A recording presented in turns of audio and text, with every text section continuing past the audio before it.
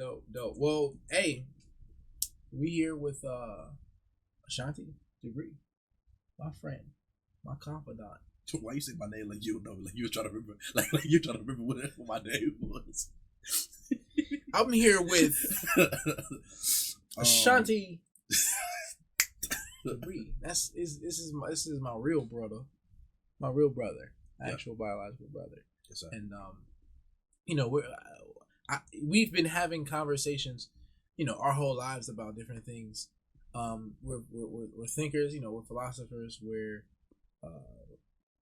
truth seekers because we are mistake-ridden human beings. So we were having a conversation that I wanted to move into this digital space and just something that we could, solidify, as well as just open the conversation up to a broader audience, man. And it was something that you kind of brought to me. So you're in between us right now. You're more of an authority on it.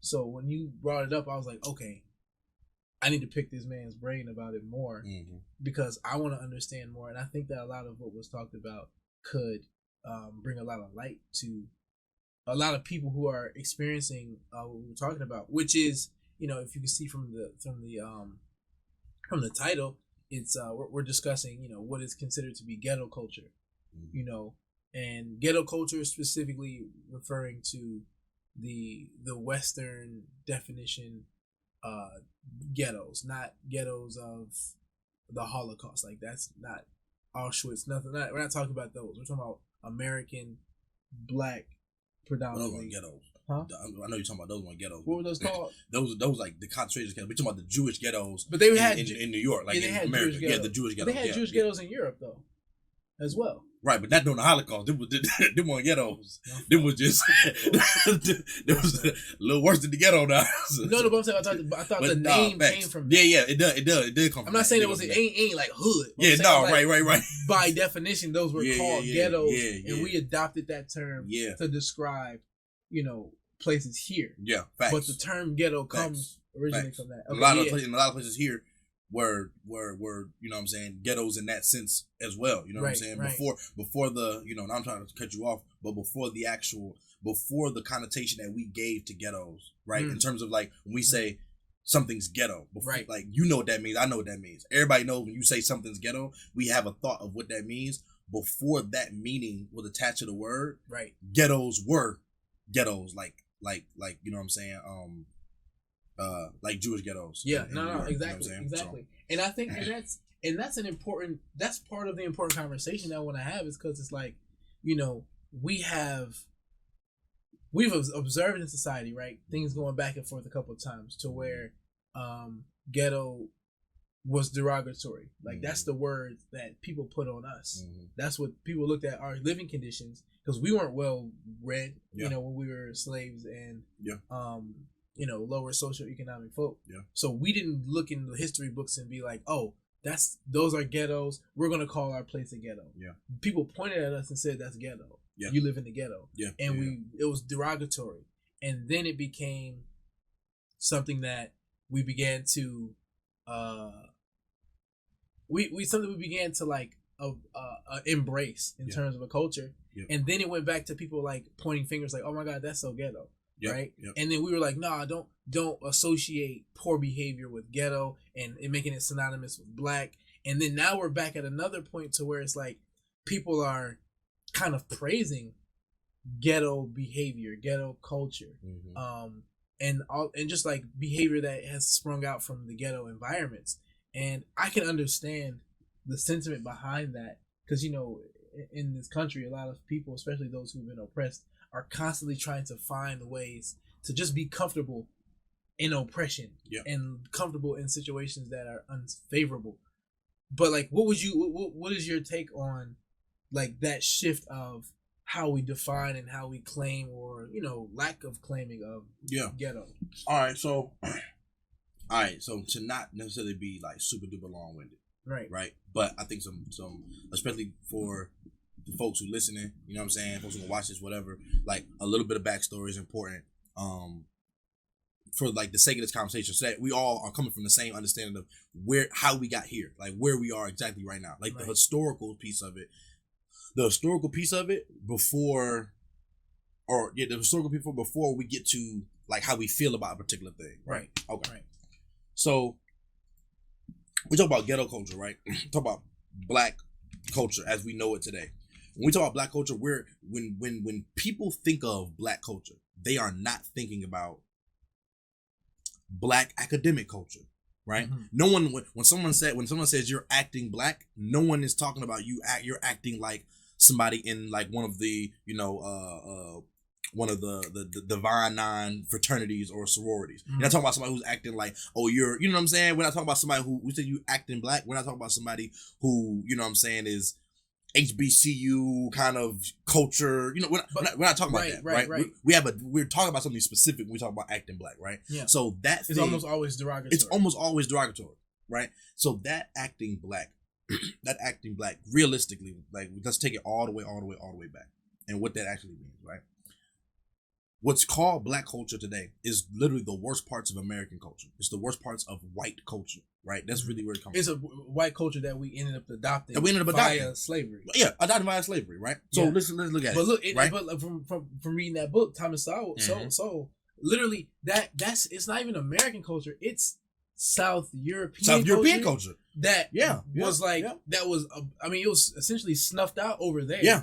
And those folks came over here. Yes, sir. And like the way that folks described that culture, even amongst themselves, was crazy. Yeah. Like the one of the biggest things, like one of the places that I remember reading was that the place in which like redneck culture, which the term redneck comes from Europe. Yep. The places of, established redneck culture, there was someone who wrote at the turn of the 18th century. Mm-hmm. That literally means like when the 19th century started. Yeah. At the turn of the 18th century, when this person visited the places in which redneck culture originated, he found that it was noteworthy to mention that the residents no longer threw like their chamber pot sewage out of their windows. Yeah. It was like, oh, these folks, they don't throw dookie out the window no more. Like it's like that was noteworthy to mention at the turn of the 18th century. Yeah. So like these folks was wilding out. Yeah. Facts. Mad late. Facts.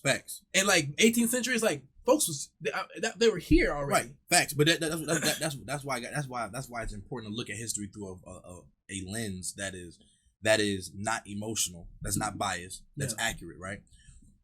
When you think about slavery, right, in the South, the cost of participating in the slave trade, right?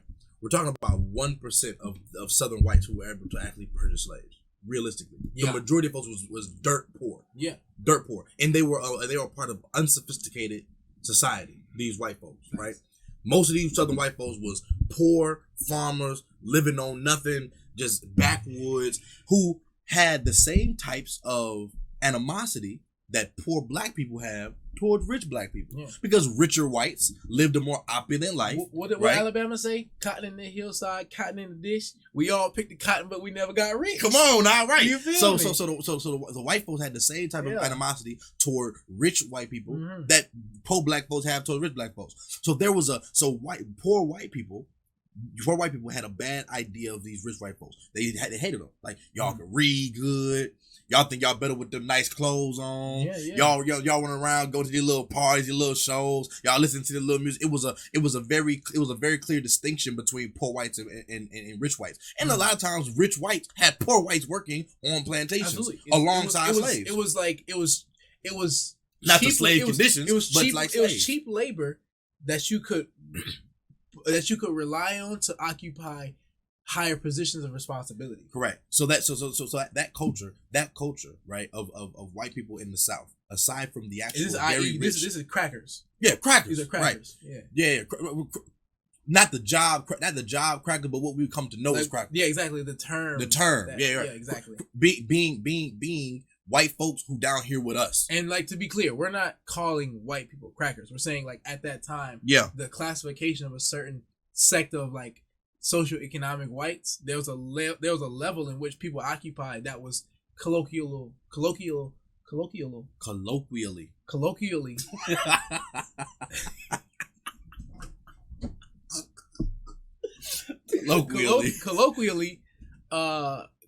considered and like called crackers. Right. Because at that time, it's anybody who's at a similar socioeconomic state of you, like white people who are at the same socioeconomic state as you, but like acted like they was as good as the folks in the big house. It's like, boy, you down here with me. Right. You see what I'm saying? Black folks wasn't calling the masters crackers because it's like, no, you're not. You're not. You down here who you try to boss up on me. Right, you trying to boss up. You trying to boss up on me. We out here together. You getting paid just an extra bag of grits. You feel me? But anyways, so let me kind of speed through this real quick and get through this part. So what happens is this: slaves are free, right? Mm-hmm.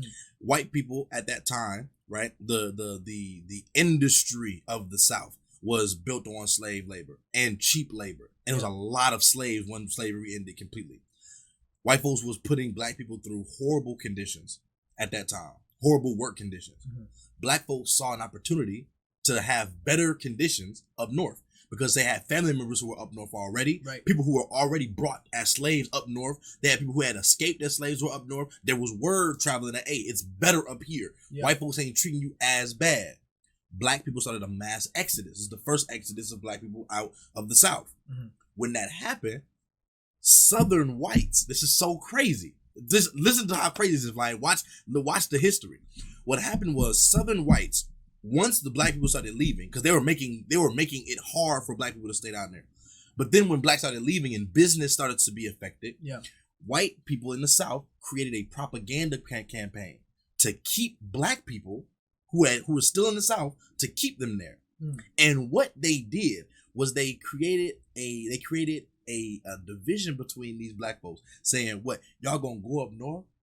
What y'all go over them black folks? They're trying to act white. They forgot their culture. They don't know where they come from. Right. Like they uppity Negroes. Yeah, them uppity Negroes who wanna Uncle Toms who wanna put on fancy suits. This is your culture. Your family live here. It's your land. It started basically tethering and like promoting the fact that the culture that they learned from slavery was their culture. They should own. Exactly. This is your culture. This is where you're from. How you gonna leave your home? Exactly. No, but that was creative, Lottie. But look, that was creative. How you gonna leave your home? That was creative. That you left. That we brought you to. Facts. Look, that was creative, and for the black folks who stayed, who they was like, for 4 or 5 generations. It's like, no, this is my home. They was like, my daddy was here. My daddy's daddy.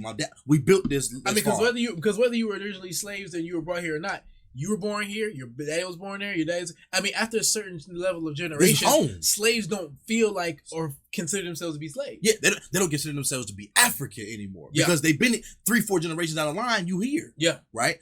So this is what happens, right? So look, they moved to the north. They moved to the north. A lot of slaves stayed in the South, and not slaves. I'm sorry, a lot of black folks stayed in the South. Was there also a simultaneous, like, I guess, smear campaign from the northern whites to the northern blacks about southern blacks? So no, once the blacks got to the north, right, the culture of the north was superior. Right, not their culture was superior. They had a superiority complex towards socio-economically superior. Exactly, which is we were having more industry up here. Yeah, right. They're involved in politics. We dressing like, better. We talk nicer. Yeah. We value education. We're more academically inclined. And y'all and black folks coming up here. Now, mind you, they was black folks moving up north wasn't treated so much better, but it was a lot better than was in the South. When I was reading Black Rednecks and White Liberals, it talked about how there were situations in which the Southern culture, especially in the North, was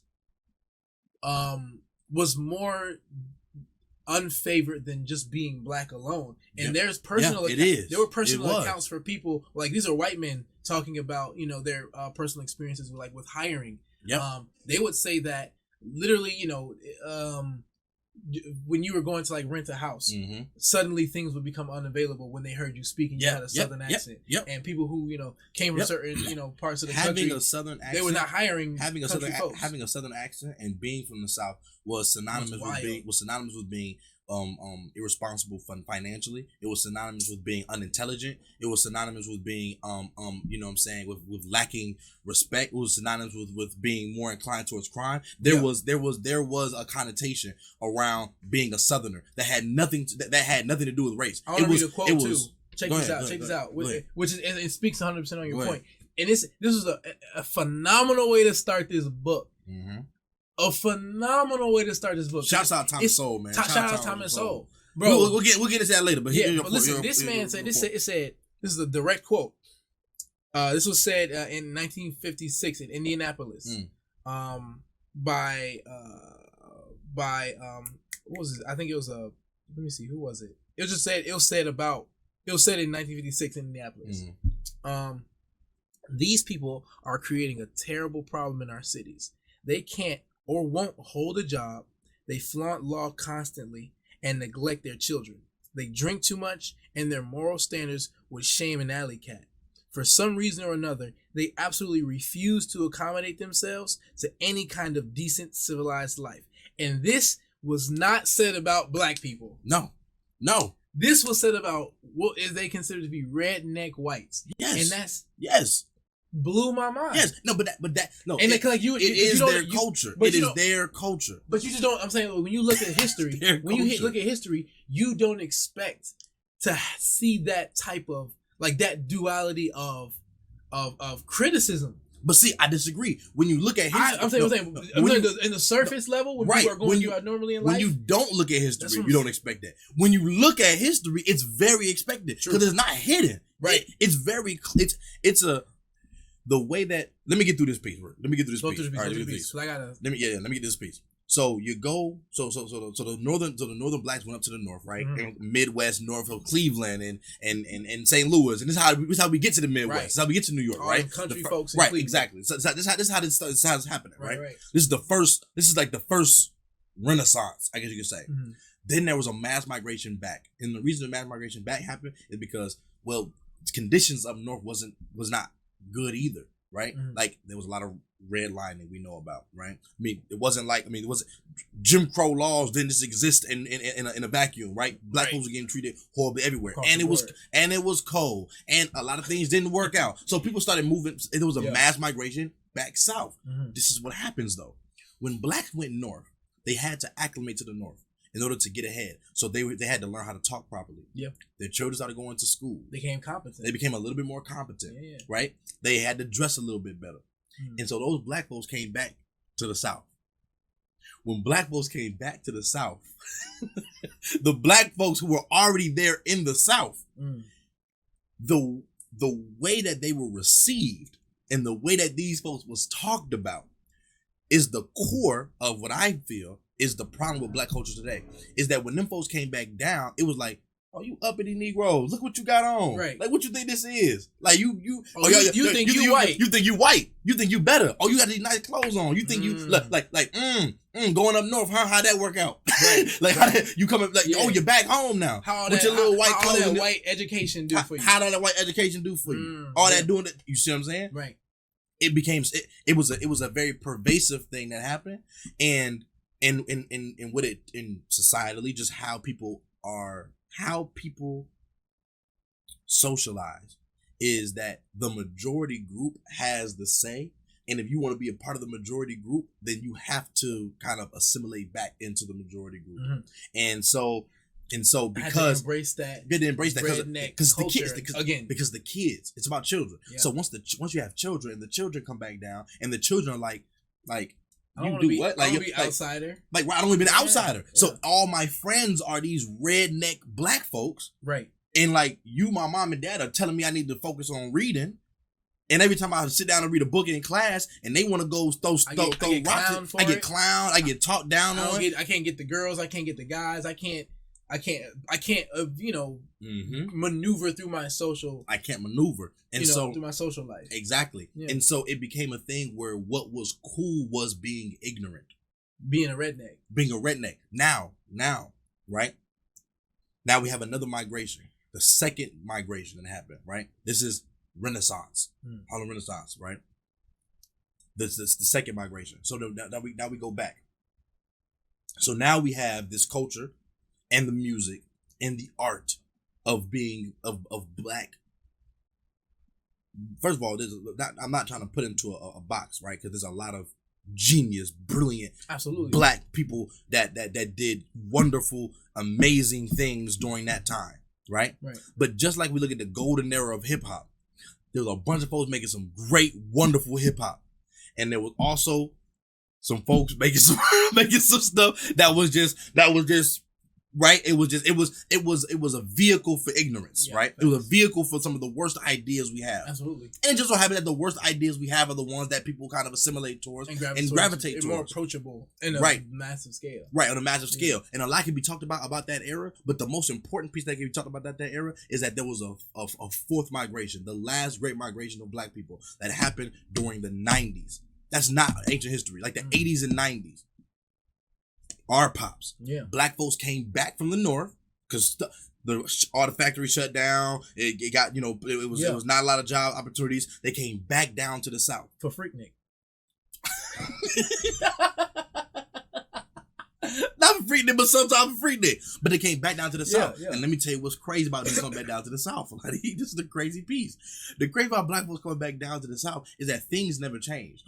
Right. When black folks came back to the south in the 90s and 80s, it was like, man, y'all up in the, y'all need to get with the program what we got going on down here. Right. And when folks got down with the program what was going on down here, them folks brought down with them to the south. And it was a wonderful what's the word I'm looking for? Like wonderful marriage of a lot of the talents and the education and the know-how from folks up north, and a lot of the natural talents and raw emotion from the south, and the actual the new budding forms of culture that that grew through the concretes of the redneck culture that was imposed on us. Exactly. And what that created was the best version of hip hop music the world had ever heard. You have this hip hop movement from the north that was very technical. Folks who had just brilliant minds. Think people like Jay Dilla. Think of Kool Herc. Think of all these brilliant minds of producers and rappers who had all the words and everything. I'm talking about extreme technicality and a much better education than folks in the south. Let's not get it twisted. Regardless of the conditions people lived in up north, their education was better than a southern education. Yeah. Even in the worst conditions, it was better than what was going on in the south. That's without question. Without question, the south was still primarily rural for the most part. Yeah. You feel what I'm saying? I mean, the literacy rate. Exactly. You just look at the literacy rates alone. Yeah. The literacy rates in the south versus the north is a lot lower, right? Yeah, 100%. So when black folks came back down and brought the techniques, the knowledge, the intellect, and that merged with the raw talent and the raw emotion and that ignorant funk of the south, right? You get groups like Outkast. You get groups like Goody Mob. Right. You get folks, you see what I'm saying? You get folks like, you get all these, this Southern rap movement that captured the entire world by storm. Right. And that Southern rap movement that, this is, mind you, about America, Flying. That Southern rap movement, this is before internet, before social media, before anything. That Southern rap movement is some of the first introductions of what blackness was and what being black was about to the rest of the nation. When you think about Wyoming and Idaho and Nebraska and that's Oregon, and that's true, and that's true because them folks didn't really like because we as a community, there's been like tropes and like themes within the like how we express blackness, but that was like especially in the 90s, like that was very pocketed. Yes, like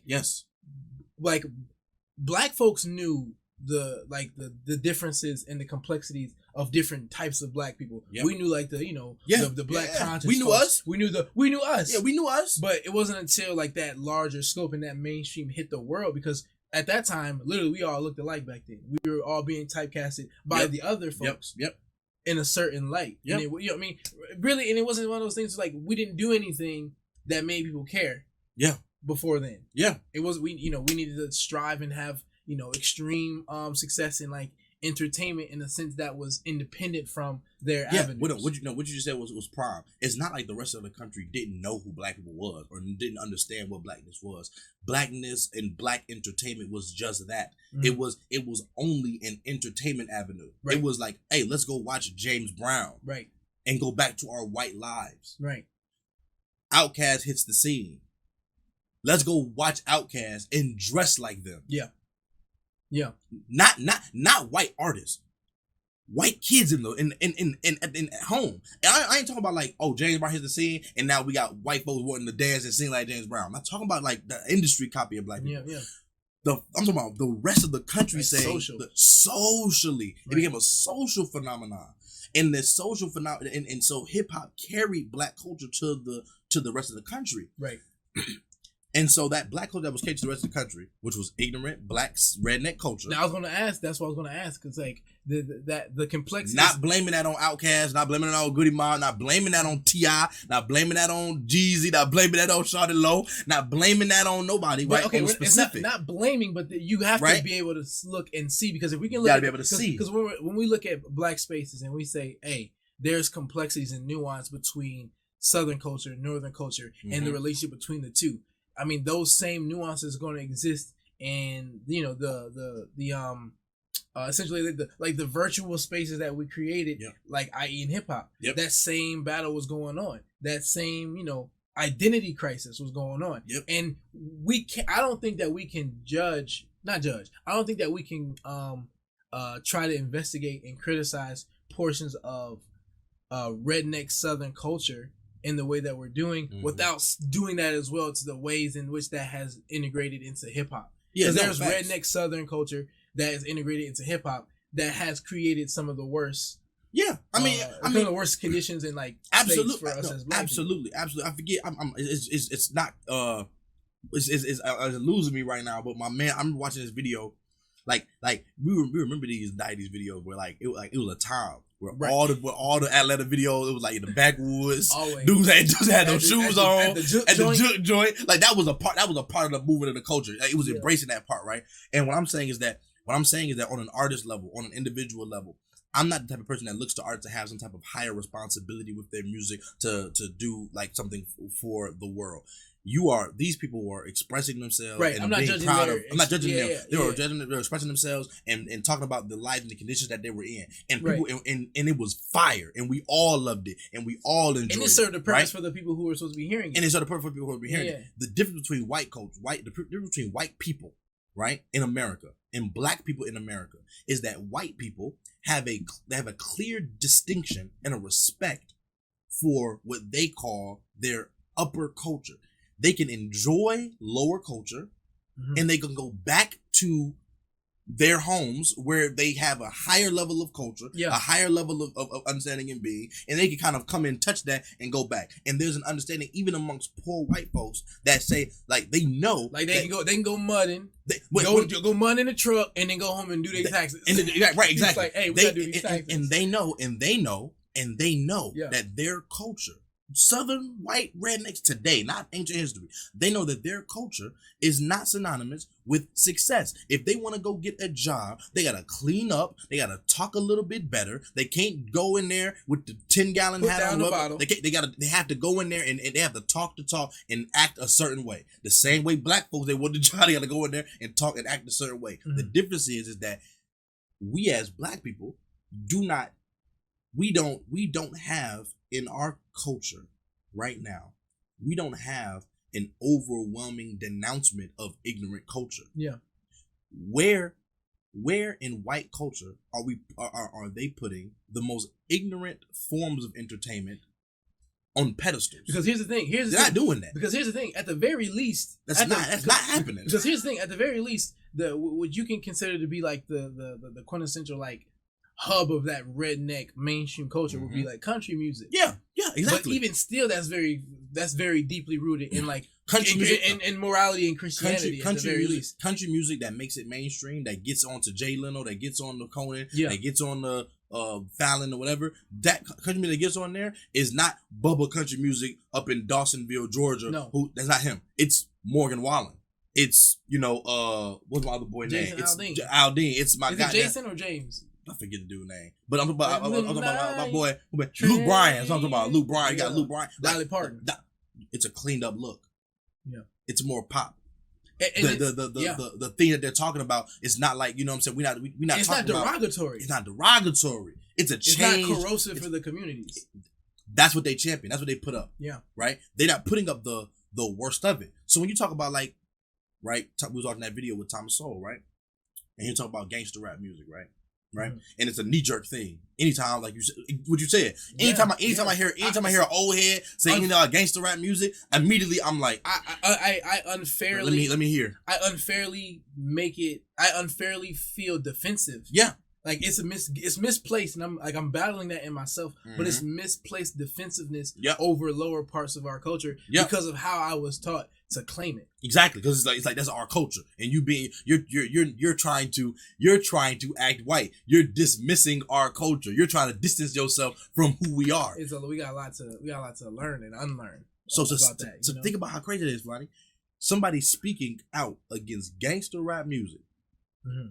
You are trying to distance yourself from our culture. But what does that say about our culture? Why are we holding on so tight to these ideals and narratives that literally destroy our lives and communities? Exactly. So that's the piece. There's a way. There's a like what we have allowed ourselves to get to. And the reason I point out the fact about the propaganda campaign with business owning white men during the first major migration of blacks to the North was because this idea of like blacks shaming other blacks did not come from us. That was not something that we just said one day we gonna just talk down on these uppity Negroes. It was a pervasive campaign. It was a whisper. Because at the end of the day, because a lot of times, man, people, it was like you would send people. Yeah. We were sending folks. We were hoping to get there. We go up there and make a life for yourself. Go to school, come back. People on that changed. Like that criticism of Northern blacks that didn't come from us. But no, that's why, Flatty. That's why our lives, quite literally, even under Jim Crow, under segregation, our lives were better. Then than they are now. We have more access to freedoms. We have more access to rights. We have more access to materials. Absolutely, not taking it back. I don't want to live during Jim Crow. But when you talk about the family structure, we talk about families and happiness. We talk about like building up literacy rates and building up opportunities for each other. We were better then. Broken homes. And the reason we were better then is because we more so resembled immigrant culture today. Mm-hmm. We more resemble that culture today back then. How immigrant culture today is, you got mom and dad, they work real hard, send their boy off to school, we value education. And I'm gonna do well in school because I see how hard my parents work. Exactly, I'm gonna come back, I'm gonna come back home, I'm gonna make it up to them, I'm gonna come back home, I'm gonna get a good education, I'm gonna get a good occupation, I'm gonna help my parents. People died and sacrificed to get here. You see what I'm saying?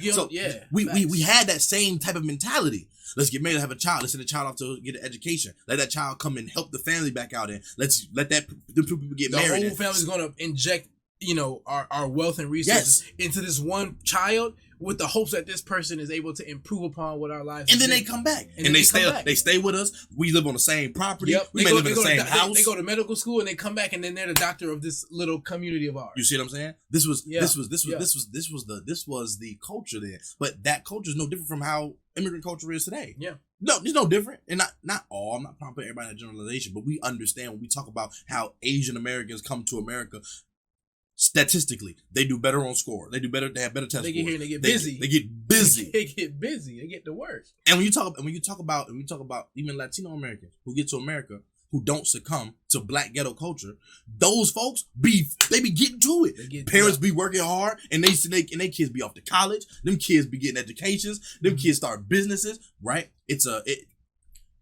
Not even look right. Let's separate all black people. West Indian, like Jamaican island black people culture. Right. Them folks get over here and they get straight. They get straight to it. And I think that's just African. And I just want to, and that's the thing I want to just reiterate and make very clear what we're saying is that there is a distinction between ghetto culture and black culture, very big, because ghetto culture, and I think that's what was profound for me to understanding. The problem is that black people are not making that distinction like other cultures are. Exactly, other people we weren't in control of the foundation of that ghetto culture, like that ghetto culture that we've adopted, and that's the fact. That's the thing, we've adopted it because like as a black person who's very aware of the ongoing conditioning of of slavery and like the ripple effects of that. Yeah. I'm constantly looking for places in my life in which I've been maneuvering as a result of this conditioning. I've been trying to battle those ideologies that don't belong to me, spiritual understandings or, just behavioral understanding. Yeah. And so it's like, I'm looking for different things to be like, that's not from me. That's not from me. That's from a different, darker part of history. Yeah. I'm going to take that out and I'm going to abolish that or I'm going to wash it or try to remedy it. Yep. It's like, I didn't think, and like the ghetto culture wasn't on my radar in terms of things that I should be actively trying to clean. Yeah. Yeah. Because I assumed that was us. But so when when you look at the history and see where that culture comes from and how that was one of many things that was imposed on us, it makes me go, but why do you think I shouldn't behave this way? Why do you think that is, Ronnie? What you just said was, when I'm looking at the things that I need to remedy and change to further myself or to further the community, the culture, black culture, was not on the radar, was not on the menu for those. It wasn't on the chopping block. Right? But But that this is why you have to ask the question of, well, who gave you the things to change? Who told you these are the things you should be changing and then held what you really should be changing away from you? Right. Who that was white liberals. And this is not a racist slight to anybody. This is also not a political stance. This is not a political stance. And what we're saying is at that time, at that time, I'm like, at that time, white liberals. At this time. Yeah. At this time. What it was that black culture kept black people disenfranchised. Helping disenfranchise people was a political platform for certain groups at a particular time. Yeah. So people it was a marketing platform. Right. People staying in a bad position was important to advance people's political careers. So the necessity of wealth of the welfare state, the necessity of food stamps, the necessity of public assistance, the necessity of helping the necessity of poor, underprivileged, ignorant people that propagated certain political positions. Because when you look at at that time, when you look at Republican, Democrat type situation, and at that time, especially when you think about the fact that these are still very largely racist groups, it's like Republicans that were like, get these black folks, we don't get them out of here. Get them out of here. Get them out of here. Get out of here. But white liberals were like, hold on, they're still useful. They're still useful. We can still use them for something. Right. It's like, hold on, they can vote now. Exactly. We can still use them for something. Because liberals were outnumbered in the South. Right. So the things that black people were being encouraged and to change, what you just said, things that were like put in your face as, here's how to be better. Here's how to work. Those things were put in your face that gives you the semblance of growth and progress. Without actually kind of doing the work on the root. This is the reason why they'll, and I want to make it clear because I know this is in front of people in the audience, not just me and you talking. So I need to make things clear. Please. Right? Before folks goddamn come to me, right? Make these clear, right? Like I'm apolitical to the fullest, right? I just follow the beat of my own drum. I just look at what I look at. I do my own research, and to be honest with you, I have my problems with almost every side of the spectrum and everything in between, right? And I don't have any problem with any artists or any particular people. I'm not trying to be spiteful to anybody, but I'm just using you as an example. It's the reason why white liberal media will prop up people on their platforms, like a Cardi B, like the Migos, like you know what I'm saying, whoever else. Like who was it? Megan Thee Stallion. I think it was Megan Thee Stallion. Stacey Abrams came out during Megan Thee Stallion thing. It was like Megan or Lotto. No, it was May, I think. Something like that. Maybe it was Lotto. I think it was Lotto because it was Lotto. It was who had the big energy. I don't know. It was like Lotto. Yeah, because she was like, make sure you got that big vote energy. She that's the girl who was with Quavo, ain't it? I don't know, bro. Anyway, I think that's what you're talking about. Anyway, but the point is that, and no slight to them people at all. They're just doing what they know how to do, making their money, and making their families better. They think what they're doing is right. And not only just, it's like, to be honest with you, it's not about right or wrong, because what they're doing is right for them. It's right for them. They getting their money, they making their bread, they providing for their families. Right. They're not asking Stacey Abrams to come and use their platform to propagate anything. Nope. They just doing what the heck they know how to do. Yeah. Right? Okay. That's not their responsibility to police themselves for the sake of other people. That's not their responsibility. They're supposed to be who they are, and then folks who rock with that are supposed to listen and go along with it. Right. And folks who don't rock with it are supposed to kind of denounce that. Turn it off. That's it. So, no slight towards them. What I'm saying is that to put Cardi B and to put Meg Thee Stallion and to put the Baby or to put the Migos or whoever on late night television, on Jimmy Fallon, to put them, you know what I'm saying, for Stacey Abrams to come out and talk to them, right? Yeah. To put them folks on these particular platforms, highlighting their songs, highlighting their music, highlighting what they talk about, highlighting, you know what I'm saying, classy, savage, bougie, ratchet, right? To highlight this and make this a thing. No, I got a little zest.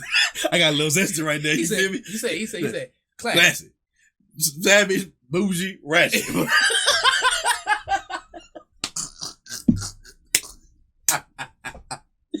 But to highlight those things, right?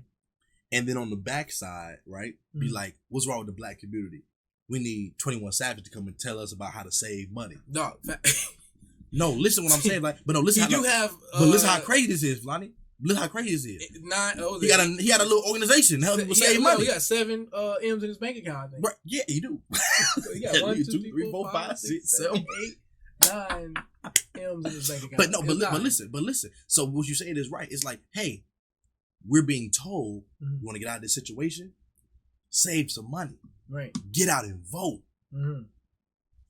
while propping up the exact culture that's actually holding us back. It's weird. That's actually holding us back. That's the weirdest. You thing see what I'm saying? Me. That's the super weirdest thing to me because it's like, how are you saying that you? It's deceptive. Yeah. And it's patronizing. Yeah. Because and it's so disrespectful because they'll say, hey, I'm on your side. I want you to come out and I want your lives to be better.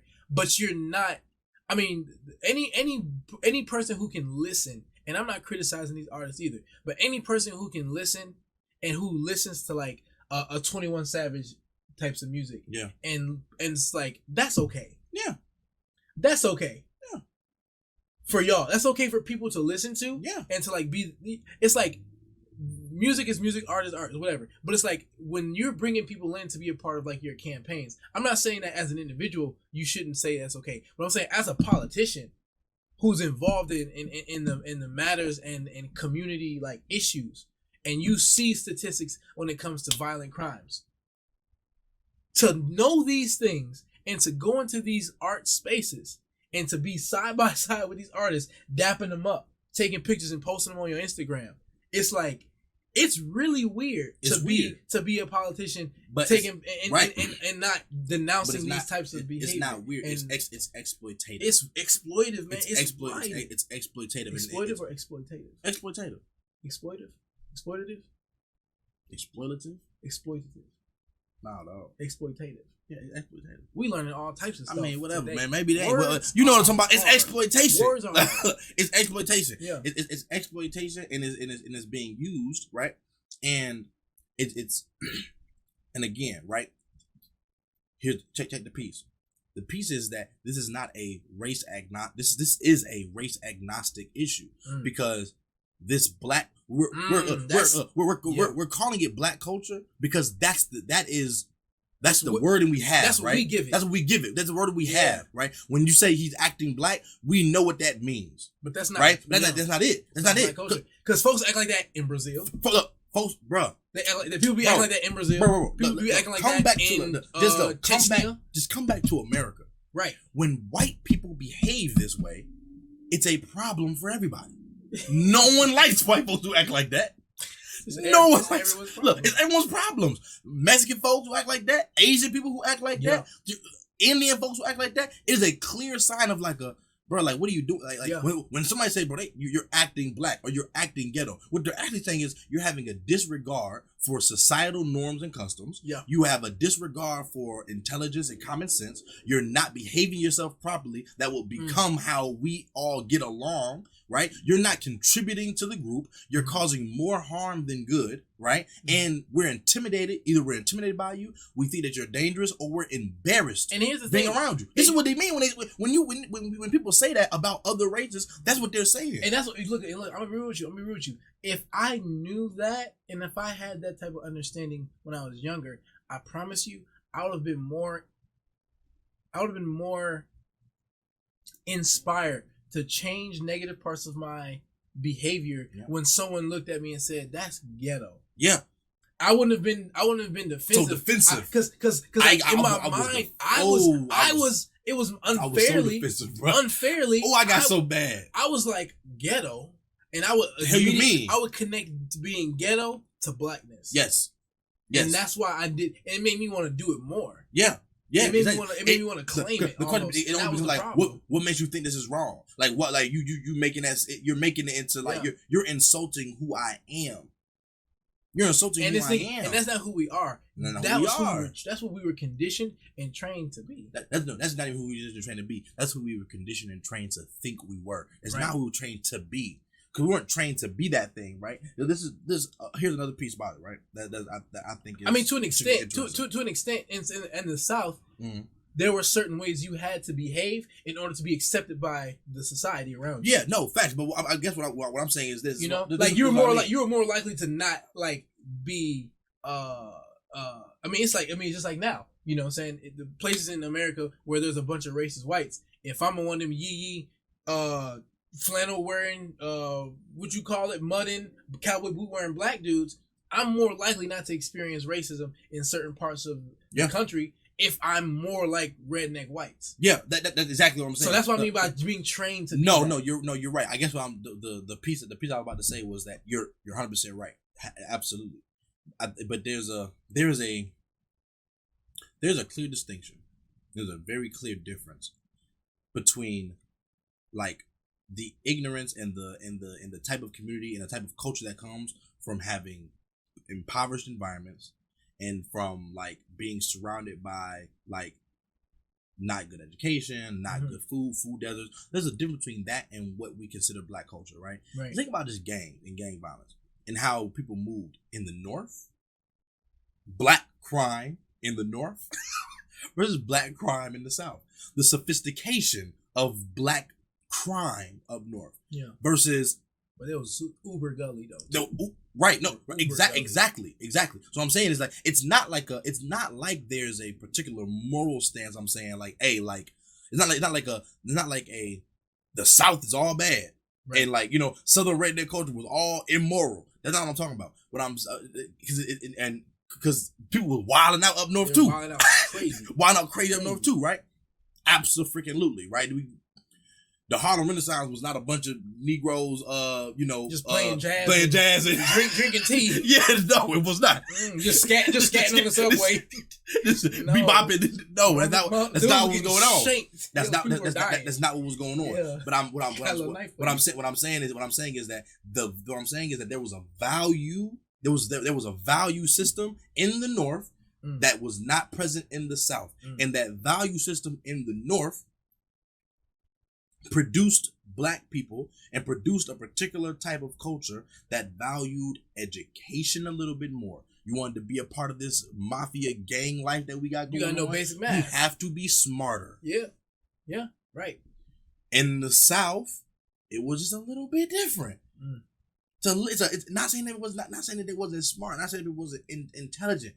I'm saying that the value wasn't there. You know what I'm saying? Right. The value wasn't there, and so now. But the thing is that what was different was that at a certain time in the South, and not just that, dressing nice also. Yeah, like it's not dressing nice, being articulate, being able to speak well, intelligence, sophistication. I mean, like, really just being able to maneuver society in ways to get what you want. Being able to maneuver society. Right. I can stand up in front of white folks and talk. I can assimilate and be able to communicate with black people. It was an emotional intelligence. Right. The South didn't care about none of that. The South was very much the South, because of the isolation culturally of the South. There was no emphasis. There was no checks and balances. There was no emphasis. It was homogenized. Right. You up north, it's a bunch of different people. Yeah. Ohio, you got Polish, Jews, I mean, there blacks, regular white folks. Exactly. So you had to know how to. You weren't immigrating to rural Alabama. Exactly.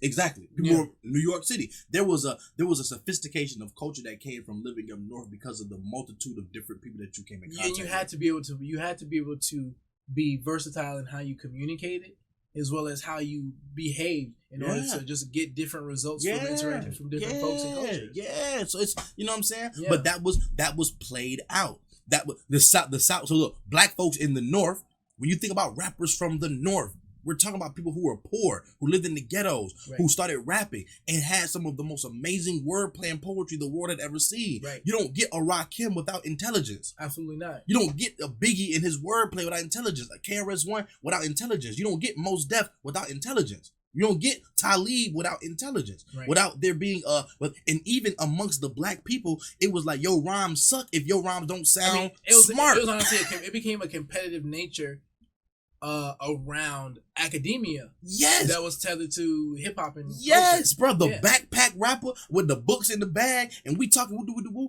And then when that hit the South and the South hit the scene and did what they did, they said, man, forget all them big words, bro. But they said they be gonna sound like and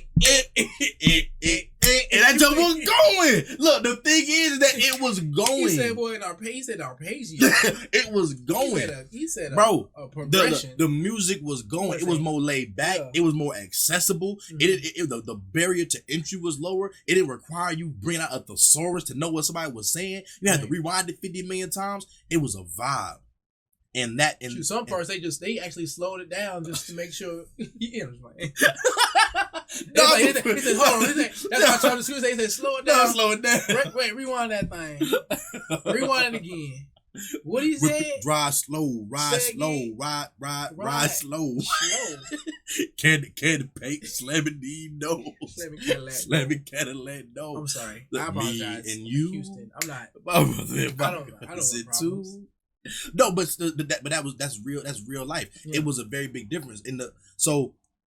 What was going on in the North? Talking about 80s, 90s hip hop, right? What was going on in the North, and what was that culture bringing to the rest of the country versus what the South had, and what was going on with their culture that they were bringing to the rest of the country? The music was a, you know what I'm saying? It was a vehicle for the culture, and then everything about the South became in vogue.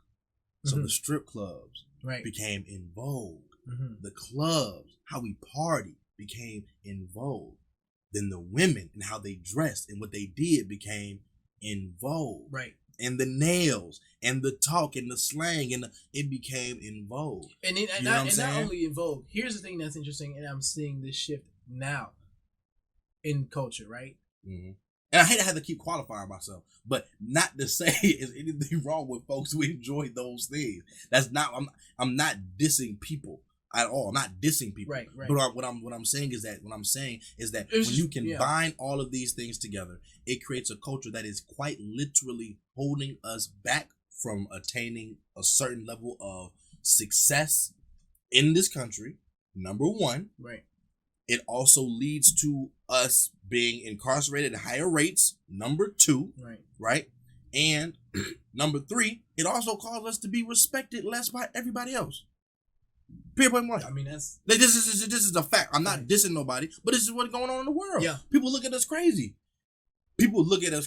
Yeah. So listen, here's the thing. So when we look at what's commonly considered to be black excellence, right?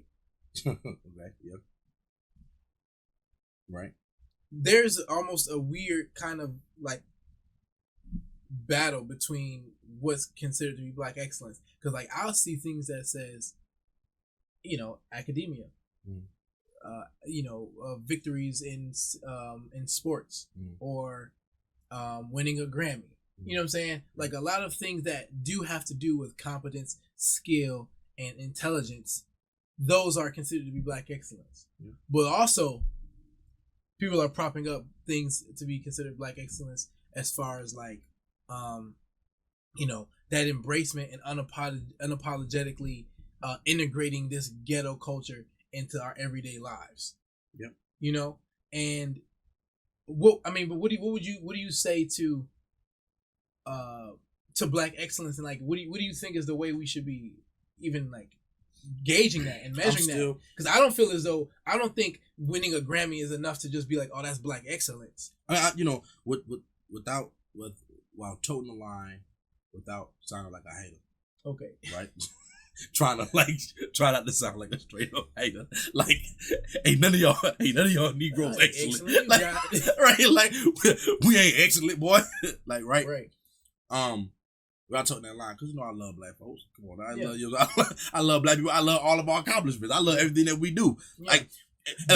Even we talk about this black culture, everything, whatever. It's like, man, I love us. You feel what I'm saying? But that's what's so hard. That's like, I love us, bro. Yes, I love us. Cause like, I love everything that we do, and like sometimes you can see a cat. You can see a cat out here spending, his last check on one rim, and he ain't got no whip. And I see that. So he put it on a tricycle, and he'd be like, and you'd be like, I love that. I love that video, bro. I love that video.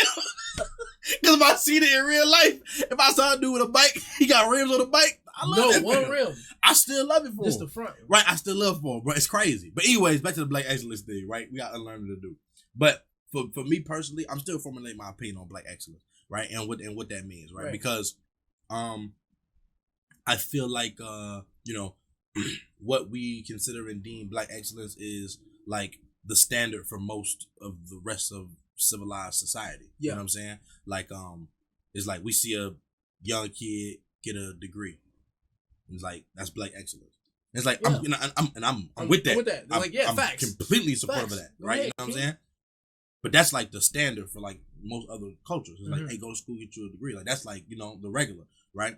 Right. And so I'm with black excellence. I like it. I think that better? Is that more corrosive? Because in my mind, that feels like some old affirmative action type energy. It seems like, enabling of mediocrity. Right. That's the problem. I think that the idea of the whole black excellence thing is that it's like. I hope for the day that we can get past it. That's what I'm saying. Right. Hope for the day. I hope for the day that the stuff that's black excellence becomes just black normative, or just we can get past the black part at all. We just doing. Right. We doing at an equal footing, at an equal level as everybody else. And that's something that's happening too. Like that's part of black excellence things because like folks are looking at the same thing and they're like, you know what? Not black excellence, just being normal, like black regularness, black midness. Yeah, black regularness. But like, got a degree, open the business. But that's black. That's not black excellence. That's me. But no, but that's not what people are saying. They're saying that it's tough and we shouldn't have the expectation that everyone has to be excellent all the time. I don't like Sometimes that. we just be normal. I don't like that. Sometimes you can just be. Yeah, I don't like that. I don't like that. I don't like that. Yeah, but I'm saying it's like that. You should be striving to be excellent at anything. At all it don't matter. It doesn't matter if what you're doing isn't necessarily like. And you can be excellent, but you can be excellent at anything. And that's what I'm saying. You can be excellent. Anyone who believes that there's a part of their life where they can't be excellent, it's like one, they're right, and two, they're not trying hard enough. Yeah, like that's I don't like that. If you're a father, you can be an excellent father. Yeah. Why you can be excellent anything, bro. You don't have to anything that you do, you can be excellent. Yeah. But that's like that's what I'm saying. Like that. But that's what I'm saying. I feel like people are making that distinction because they're associating excellence with accolade. Right. Well, you feel me? They're associating excellence with accolade. They're associating excellence with winning at what we call the white people's game. Right, like winning something. When we win at the white people's game. And again, like I hate these labels. I hate that labels. Right. I hate that even labeling. Focusing more on that's because it's not the white people's game. It's not the white people's game. This is life. It's the game. But that's what black excellence means. Black excellence, when we talk about it, is like the thing that white people would think that we would not be able to do. We did. Right. See, I opened this business. Y'all didn't think I could do that. This is black excellence. See, I won this Grammy. Bitch, y'all didn't think I could do that. This is black excellence. Right. See, I graduated, got a master's degree. Y'all didn't think I could do that. This is black excellence. That's where it kind of comes from. Ain't nobody, you know what I'm saying? I mean, there's like, there's a couple folks online who may say black excellence about somebody doing whatever, but like most of the time, it's about these grandiose type of things that people are doing. Ain't nobody talking about, like you said, ain't nobody saying this is black excellence. This is the good dad working down at the tire shop and just, I mean, because this is a regular dude working at the tire shop and taking care of his family. We're hyper focused on what we can acquire rather than what we achieve. Yes. That's the focus. Yes. It's like why is black excellence always tethered to what you gain? In a tangible sense. Why can't it just be how you are? Because our value in life is tied directly to what we gain. Right. Like that's like our value in life is it don't matter how woke or how like forward or thinking that you think you are, when we talk about success, we're specifically talking about financial success. You want to be successful in life. We're talking about people. We're talking about people having an amount of money. That sucks. If you ask somebody what they do for a living and they say, "Oh, I do this particular job," you don't give a crap what the job is. You're thinking about you're paid. Exactly. When you that's what we're really asking. When we say, "Hey, what you do for a living?" We're really not interested in your job. Mm-hmm. We're interested in that job title and what we think that job title translates to in terms of money. Right. That's bottom line. That's 100% what it is. There's no, I don't care what nobody says. We're asking, and if somebody says, "Oh, I'm an attorney. I'm an attorney and I work with Child Protective Services. I make $50,000 a year." Right. We would say, "You're an attorney who makes $50,000 a year? You're underpaid. You're undercompensated. You're not a successful attorney." Right. Right. Even if you're doing something that's good work, that's something that's like helping people, that's important, none of that matters, right? In Black culture, that's more pervasive than, no, it's not. That's a lie. In Black culture, it's equally pervasive to everybody else, but I'm just saying I have a more close relationship with that because I'm Black. You got more data. I got more data on it because I'm Black, right? Situations. Everybody, it's the same thing for everybody. Yeah, I'm sure. You know what I'm saying? Like white folks do the same thing. If you're a white dude, I mean, we learned that from them because we all had the same job at one point.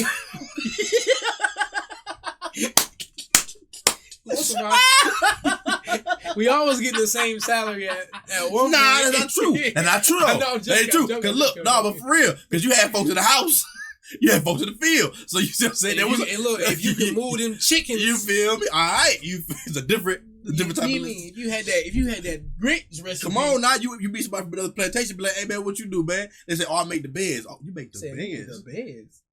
You in the crib. Oh. I was like, you got socks. You got. They let you wear socks, you uppity Negro. You get good eats and sleeps, my boy. Yeah, but like, you know what I'm saying? But like there is a value attached to money that we have, and we deem success in life as making the most amount of money possible, or, you know what I'm saying, having a lifestyle that at least emulates having bread. Mm-hmm. You know what I'm saying? It just so happens that, unfortunately, what Black hip hop culture has done, and like it's just what happened. What Black hip hop culture has done, it has created a value system on money that is removed from academics, from school, from industrialism, from business. It becomes a thing where, like, the type of success that makes you respected in the Black community is a success that's tied to entertainment or sport or crime. Yeah. Right? It's right. That's the difference. Yeah. The difference now is that, hey, where the rest of the world can say, man, you know what? If you're an Asian man who makes $300,000 a year, $250,000 a year, working as a dental technician, or you own a private law practice, mm-hmm. you got your pick of the litter of people, you know, potential suitors, right? There's Black women today. Not all, man. Not please don't come for me, people on the internet. This man said, please don't come for me on the internet. I ain't coming for folks, bro. This man is generalizing all Black women. Please don't come for me, bro. Please don't come for me. All you Black women are the same. This ain't what I'm doing now. This ain't what I'm doing. But there's a pervasiveness in Black communities, right, with Black women, where a dude who's making $100,000, $150,000, $200,000 working as a dental technician is less attractive than a man who may scam, may sell drugs, may be into like other type of environments, or in the music industry, or even an entertainer or an athlete who's making less. Right. Matter of fact, forget all that. Forget just like more attractive or making less. There's a lot of women who don't want that type of dude. Like a dude who's like a dental technician or a lawyer, whatever the case may be. Mm-hmm. Because the lifestyle, that even with the money, the lifestyle doesn't look successful. And the lifestyle that they want isn't associated with that type of career. Not that type of career. Like, you feel what I'm saying? So there's also the piece where it's a money thing, but there's also a visibility thing. It's the reason why Black folks in the hood, you live in the ghetto, and everybody know how much money everybody make because you still stay here, but you go buy a damn latest model Mercedes or Charger or whatever kind of car, you know what I'm saying, would put the rims on it to give you this, or buy some Valentinos, some shoe, Ferragamo, to have the perception of having this money. Because the culture has transitioned from valuing money like the rest of the world does, right, to valuing what we think money look like. Right. I don't care if you make $250,000. I don't care if you make $250. Does it look like you living rich? And that's what blows my mind when I think about people who buy like fake jewelry. Yeah, because it's like oh, because it blew my mind. Because like I used to think people be like, yo man, is that a real chain? I'm like, what do you mean it's a real chain? Like it's matter. It's like actual. It's like made of materials. Yeah, it's not a figment of my imagination. Right. But like the thing when people talk about real, it's like it's less about it being real. They just want to know if they want to know if it's real or if it at least look real. Yeah, yeah. Because it's like the association of that thing is like it is weird. It blows my mind. Yeah, it blows my mind. That is a result of again black culture that we should if we want to have individual familial success and individual community success, we should change it. Where it's like, hey, you know what, like. We need to stop being so fixated on what money looks like. So okay, if you could for people who are listening to this and trying to figure out what we're talking about. Yeah. So what is ghetto culture, and how does that have to do with us? Like why are we even talking about this? Yeah. Okay. So ghetto culture. What's the point? Like come wrap it up. Like if someone's listening to this, they're like, what are you talking about? Yeah. Ghetto culture is it is a system of behaviors and lifestyle choices that are associated with the worst parts of the American black experience. Ghetto culture, in a nutshell, devalues education, encourages inebriation. It encourages and facilitates bad health habits, unhealthy food, soul food, for example, part of black culture, or ghetto culture. It encourages the women to be more masculine and independent, and it celebrates men who are viciously independent and deviant, right? But independent, viciously independent and aggressive. Black culture is ghetto culture. I'm sorry. Ghetto culture is woefully religious, in the sense that there's a pervasive idea that that God know your heart. It's the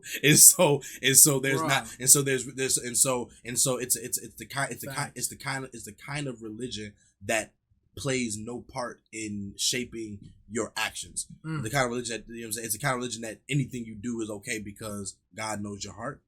And probably the most damaging part of black ghetto culture is it is fiercely and ignorantly unapologetic. It's combatively unapologetic, actually. What that means is that when black ghetto culture is challenged, it digs deeper into black ghetto culture. Right. So the minute that it is called out that what you're doing is wrong or what you're doing is not okay for the environment or not okay for that setting, black ghetto culture has to lean further into that to establish itself as dominant. So if somebody says, hey, you can't skip in front of me in line. Right. And I feel like you threatened me, or I feel like you disrespected me. Or you said tripping. You said tripping. Now I have to make the entire restaurant uncomfortable. Right. And I can't care. And I can't care. It's black culture, ghetto culture. Yeah, right. Is black culture ghetto culture? Yeah, it's a question. I don't think there's such thing as black culture. personally. I know certain other things that change black culture. I think that with all people, right? There is no Chinese culture. What does that mean? There's literally like what was it? 40 or 50 different ethno groups in China that all have a completely different way of living entirely. So black culture as a blanket statement is more dismissive of the complexities of people's culture than actually diving deep into seeing where people are from, who they are. I think there's no black culture, but there's like Atlanta culture, exactly, Georgia culture, exactly. I think black culture as how big how broad can we get? Can we say there's Southern culture? Yeah, the Southern culture, right? And so there is a Southern culture. But that can we get broad with race specifically? I don't think so. Fair because enough. I don't think so. I don't think so, and I don't think so because that's what are you saying? That becomes stereotyping at that point, right? Once you get when your umbrella gets wider in terms of because like we black, yep, right, yeah, facts, exactly, and we have a culture amongst ourselves. Yep. Can you turn that off? Did you not know you were going to be here today? Boy, shut up. But we have a culture, right? Yeah. I'm joking. We have a culture, and it would be wrong for us to assume that literally the person that lives above me, me and him have the same culture. Yeah, it'd be wrong. It'd be wrong to assume that. No one else does, right? Think about Mexicans, for example, right? Mexicans, but what's culture? I know a lot of Mexicans, right? Mexicans don't say, "Hey, this is our Mexican culture." No, Mexicans in real Mexico, they have their cities, they alleys, they towns. This is, Jalisco culture. This is, whatever that town is culture. Is that a real place, Jalisco? Jalisco is it's a place. It's like a city in Mexico, right? We'll see. That's deep. But think about like this, right? Just take white people for example. They're the majority race in America. Mm-hmm. White people don't talk about white culture. They talk about Wisconsin culture. Fact. Right? This is right. Boston culture. Yeah. This is San Francisco culture. This is Northern Cali culture. Right. This is Southern Cali culture. I mean, if you're painting broad strokes about what your culture is and you're associating it with just blackness, then you're taking away from one the autonomy that you have of your own behavior, and then two, I mean, you're adopting you're adopting forms of behavior that may not be appropriate for where you live. Right. Exactly. Most of the things we talk about when we talk about black culture, we're really talking about when we talk about black culture, we're talking about the remnants of slave culture. That's all it is. We're talking about the remnants of African American slave culture in America. Because I am not New York Negroes. Right. They're very they're very different. New York blacks. They're very different. They talk different. They have a different way of value system. They have a different way of dress. They eat different foods. Their families are different. They're different. They're different. Right? Culture is a set of customs and norms that a group that an entire group does. Mm-hmm. So we all celebrate the same holidays. We eat similar foods. We understand. We have similar oral traditions. Our stories are the same. We all know the same. Like, you know what I'm saying? Like, those are things about culture, right? There's an Islamic culture. There's a Muslim culture. We all fast during Ramadan. We all go on Hajj. We all most Muslims have, there's traditions and practices associated with that. Right. And then you can break it down because then there's an Indian Muslim culture, a Pakistani Muslim culture. Right. What's that? Well, we all eat samosas. We all eat, you know what I'm saying? This. Racist. We all eat. Sorry. It's racist. I'm just saying, you know what I'm saying? There's a thing, right? All eat samosas. Well, you know what I'm saying, bro. Pakora and biryani, whatever the heck it is. Pakora and biryani. I'm sorry. I didn't know he was going to act like this. I had no idea he was going to act like this. But you know what I mean, right? But you know what I mean, right? But you know what I mean. And look, but even with Southern blacks, right? Southern black culture, right? Yeah. Outside of the South and people from the South, where the heck is black people eating chitlins? We still eating pork in 2023? People are eating pork. I ain't judging you. People eating pork. That's crazy. That's crazy. Hey. People, bro. Hey, listen. We still ain't eating fully halal in 2023. We don't get to that conversation. We gonna get in that conversation, boy. We need to goddamn get with the halal way, boy. You feel me? We gotta get with the halal. But anyways, halal. But anyways, goddamn. But right, so to say that there is a unanimous black culture, unanimous, no, like a unilateral, whatever, black culture. To say that there's a universal, thank you, there's a universal black culture is wrong. No other race says that. It's not realistic. No one says that. That's not real. That's not real. Because okay, what does it mean to be black? Are Jamaicans black? Are Ghanaians black? Nigerians, Senegalese? So when they come over to America, are they not black too? Right. Okay, is Ghanaian and Senegalese culture the same as my culture? I don't think I've ever heard of like people really say Asian culture. No one I've never says heard that. anyone say Asian culture. No one says that. Because what the heck is Asian culture? Right. I've heard like Chinese culture. Chinese and India are both in Asia. Right. Right. So is Japan and Malaysia. Right. Singapore too. These are not. There is no unified culture amongst these people. Like there's differences, and so by saying that there's like this unified black culture is not real. I don't believe it. There is a ghetto culture though, and that ghetto culture is race agnostic. Not, bruh, it's black folks, white folks, Mexican folks. Everybody had everybody. But that's one of the more important things. You know what I'm saying? The fact that ghetto culture is race agnostic, we shouldn't tether ourselves to that type of culture.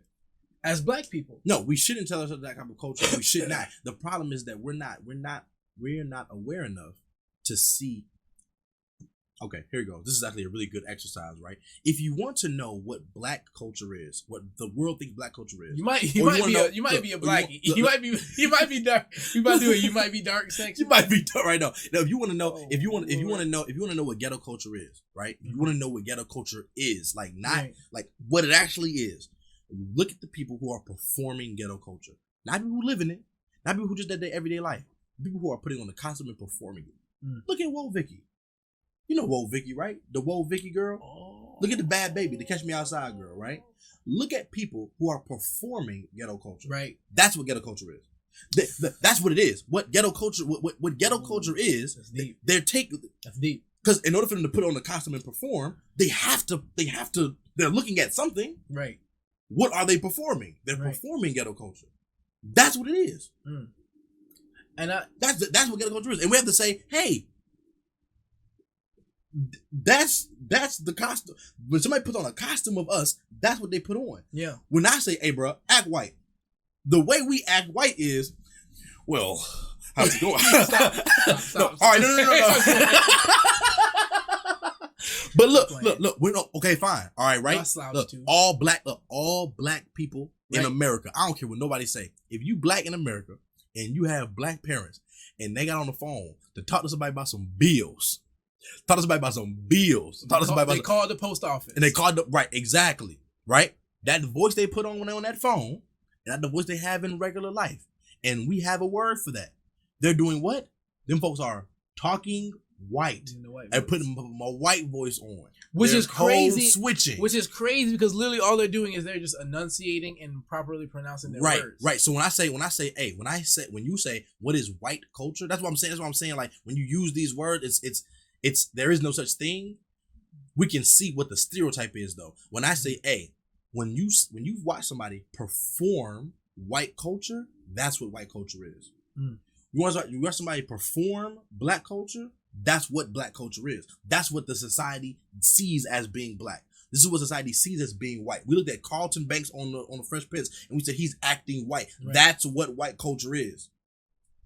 That is what white culture is. So like that's our societal vision of it. Right. And so, so your second part of your question is like, why is that pervasive today?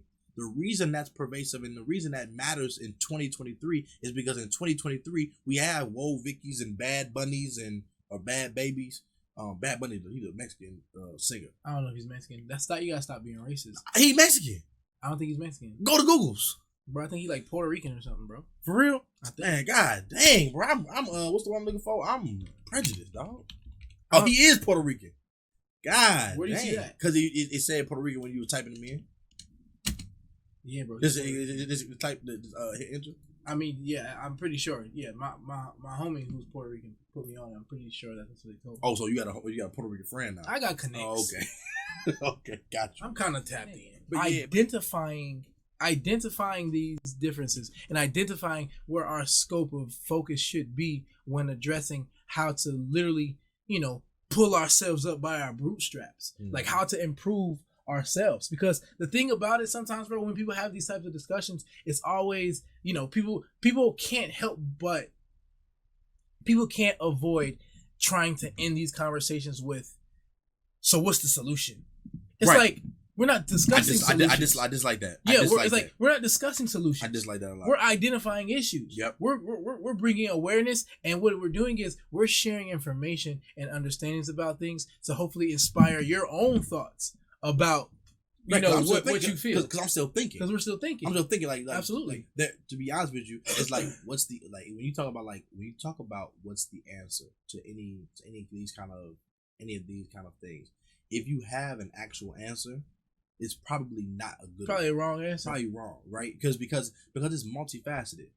There is a lot to dig into, right? There's a lot to dig into. There's a lot of injustices that are still happening. There's a lot of societal problems that are still happening. There's a lot of issues and there's a lot of political problems that add and aid to this type of this type of thought. Like there's a lot, right? Yeah. There's a lot, and I'm glad you just picked this book up, right? So like this is the reason why this is important. This is the reason why I'm saying this is important. 2023 is that. The reason it's important in 2023 is I think that we've gotten past the point where ignorance is excusable. Right. You can no longer just be given the pass because you don't know something. Mm-hmm. You know what I'm saying? Like, especially when we have people like this freaking legend of a man, Thomas Sowell, who's alive and walking around the earth today still, right? Who's writing these things down, who've taken the time to dissect these things that we're talking about. Like, we're talking on a very surface level about work that this man's been doing our entire lifetime. Right. You know what I mean? And it's like, I don't think that we should even. This is how to fix black culture. How to fix black culture. I just said I won't get no solution. Here's an actual solution. How to fix black culture. Value the opinions and the intellect of those of us who have done the work to qualify themselves to speak on certain topics. Value what they say. You don't have to agree with it or not, but listen to them. There's people who have gone and done the work. Huh? Tell them. Don't tell them. I tell them. Ugly boy. For real, seriously. No, I'm telling everybody. I'm saying though, like, to value those opinions. Yeah. There's people who know things. Not somebody on TikTok. Not me on stream, Twitch, YouTube. Yeah. Not somebody on Instagram Reel or YouTube Short. But people who have actually went out of their way to dedicate 20 to 30 plus years of their lives to dissect these very problems and compile their thoughts into a book and produce them to the world. Why have white people been so successful in a lot of their endeavors as a community in America and elsewhere?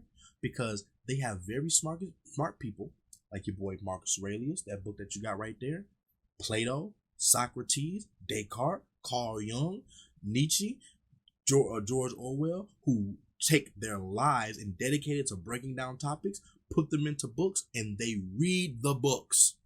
Mm-hmm. And they set up their lives. I mean, they glorify and they prop up people who have achieved high levels of academic understanding. That's it. And you either say, I agree with these things, or I disagree with these things. I will live my life in this way, or I will take some of this and I'll mix it together, which is what that's what I'm saying. It's the piece is how, what's the solution? The solution is black folks need to value education and value scholarship so they can think, and by thinking come up with their own solutions. Period. You know what I'm saying? Period. For real. That's really the piece. The solution is come up with your own solutions by thinking critically, by learning how to think from people who have come before you, who have thought. And honestly, there's no better mic drop than that, bro. I appreciate you for being here. Talking about this. Obviously, this is just a part one to an ongoing series because we are going to be black tomorrow. I think tomorrow we'll be black. I'm gonna be black tomorrow. and then probably the day after. We'll be black for a minute. So because of that, we're gonna have a lot of things to talk about when it comes to blackness. So I'm going back to school, so you know what I'm saying. I might get my black. You trying to? I'm trying to add white. You feel me? I'm trying. I ain't messing with y'all Negroes no more. I'm going north. Hey, man. Well, my boy, not Spooky Blake changed his name. Corbin. He said, "I'm going." No. But nah. So it's like it's like, man, it was a great topic, bro. It was absolutely fun. Man. I'm so glad that you gave me you put me on to this, man. You put me on to this book. Yeah, man. And I've been reading it. Yeah. It smacks. Yeah. It smacks. It's a great book. I encourage everybody to at least go look into Thomas Sowell. Like, just go, first of all, go to Wikipedia before you go anywhere on YouTube. Just go to Wikipedia and just pull up his Wikipedia page. Just look at the accomplishments this man's had, where he's come from, his life story. There's a bunch of videos on YouTube of him just talking and just sharing his perspective. Don't be turned off by his political and economic views, right? He is a self-proclaimed conservative. He's a self-proclaimed libertarian. You know what I'm saying? He doesn't, on the political spectrum side, he doesn't really like lean too far when it comes to Republican or Democrat, like on like the far ends of it. He's a lot more nuanced than that. But he's a luminary and very well read and very well respected in the academic world. And I mean, he's a soul man. Yeah, he's like one of them people. He like Frederick Douglass living today, bro. Like, you know what I'm saying? Like, he like a real life W.E.B. Du Bois living today. The man wrote 45 books. It's Du Bois. That's crazy. You know, when I was a kid, I used to read his name W.E.B. Du Bois. I think it is Du Bois. Oh, you just illiterate. Yeah. No, I think it's Du Bois because it's French. See? But I'm black. We don't pronounce words right. We out of here, bro. Salam.